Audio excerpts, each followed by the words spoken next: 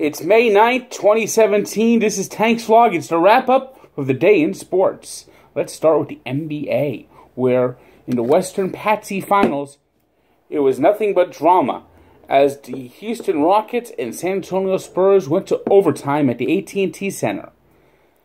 I call it the Western Conference Patsy Finals because the winner of that series is just going to get wiped out by the Warriors. But hey, let's have some fun while we're at it. There you got the game went to overtime. There's plenty of drama. And the Spurs got some bad news. Kawhi Leonard, he was hurt. He was unable to play in overtime. Keep an eye on that the rest of the way. But Danny Green came through. He scored 7 of the 9 points the Spurs scored in overtime as they won by 3 points. But the big play was at the end. James Harden, who had a triple-double, another terrific game today for the Beard. Manu Ginobili, 39 years old, probably playing in his final season. I mean, he's been around forever. Big part of the Spurs dynasty. And he came up from behind and he took the ball and the spirit and everything out of James Harden. I mean, you want to talk block? That's one hell of a block. It's like the old Seinfeld episode, The Soup Nazi. It was like, no soup for you. That's the way Manu Ginobili. He should have said, no soup for you, as he took the ball out of James Harden's hands at the buzzer. Great play. I mean, it's probably the most dramatic moment of this otherwise dull dishwater postseason that's happened in the NBA. Now, the Spurs, the one thing they got to watch out for is Kawhi Leonard. I mean, they've already lost Tony Parker, and if Kawhi Leonard's not healthy, they might have won the game, but the Rockets might win the war. Game 6 is in Houston. I fully expect the Rockets to bounce back, get this series to a 7th game, and then it depends what happens there. I think if Kawhi Leonard's not healthy, I think the Rockets could find a way to go win the San Antonio and win the series. And then they'll get destroyed by the Warriors. Baseball today. Matt Harvey came back to Citi Field. He apologized to his teammates. He was tearful.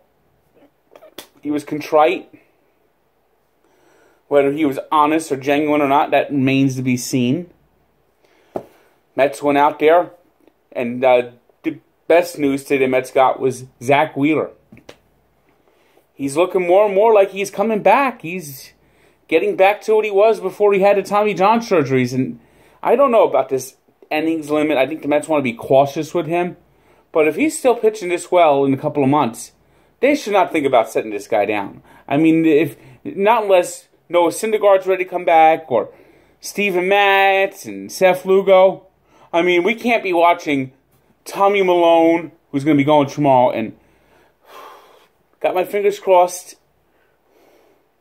I mean, the Mets got back to 500 today. I'm hoping that they could get over 500. It's been a while since they've been over 500. I mean, the way I look at it, Tommy Malone could not possibly be worse than Adam Wilk or Rafael Montero. And as I said before, I have seen enough of Rafael Montero. I know he's garbage. Everyone in the world knows he's garbage. The only thing that will make me happy for Rafael Montero is to see him in another uniform in the Mets teeing off him. Elsewhere, the Mets are actually inching a little closer to the Nationals, who lost a second straight game to the Baltimore Orioles. The Baltimore Orioles right now are the hottest team in baseball. They've won 6 straight. I mean, it's like they've, ever since the Adam Jones incident, it's like they've gotten a little bit of desire, a little bit of edge to them. They've won 6 in a row. They've taken the first 2 of the Beltway series against the Nationals. They won a walk-off game today. They won 6 straight. And now they've leapfrogged the Yankees at 22-10, have the best record in baseball. They're terrific at Camden Yards. They're 13-3 at home. It's the Orioles baseball. Catch it, it's magic. It's Buck Showalter. Buck Showalter. I don't think there's a better manager that's never won a World Series than Buck Showalter. I mean, he built the Yankees up, and then they fired him, and then Joe Torre gets credit for the dynasty. But the Yankees would have never been the Yankees without the work that Buck Showalter put in there. Then he goes to Arizona. He builds an expansion team into a contender right away. They fire him, and the next year, they win the World Series. I mean, other than a failed tenure in Texas, Showalter's always proven once again that he could win with any team. And maybe this is the year. Maybe this is the year he finally gets something. Finally gets at least to the World Series. Gets his due. But right now, gotta say those Orioles are really going really good. And let's finish it up with hockey and a song. Strangers to the cup. The blue shirts losing. Strangers to the cup. Just once in a lifetime. Strangers to the cup. They're going home again. Strangers to the cup. Henrik has lost. Strangers to the cup. No cup again this year. Yes, that's right. The Rangers are going home. And I know Matt Harvey, he had a good cry when he got to Citi Field. And then when he saw that score, I'm pretty sure he had another good cry. The bottom line here is the Rangers blew it. They were the better team.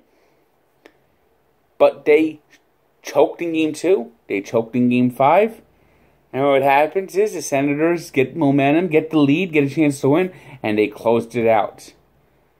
Now, we sit back, we relax, and there's 2 Game 7s tomorrow in the NHL.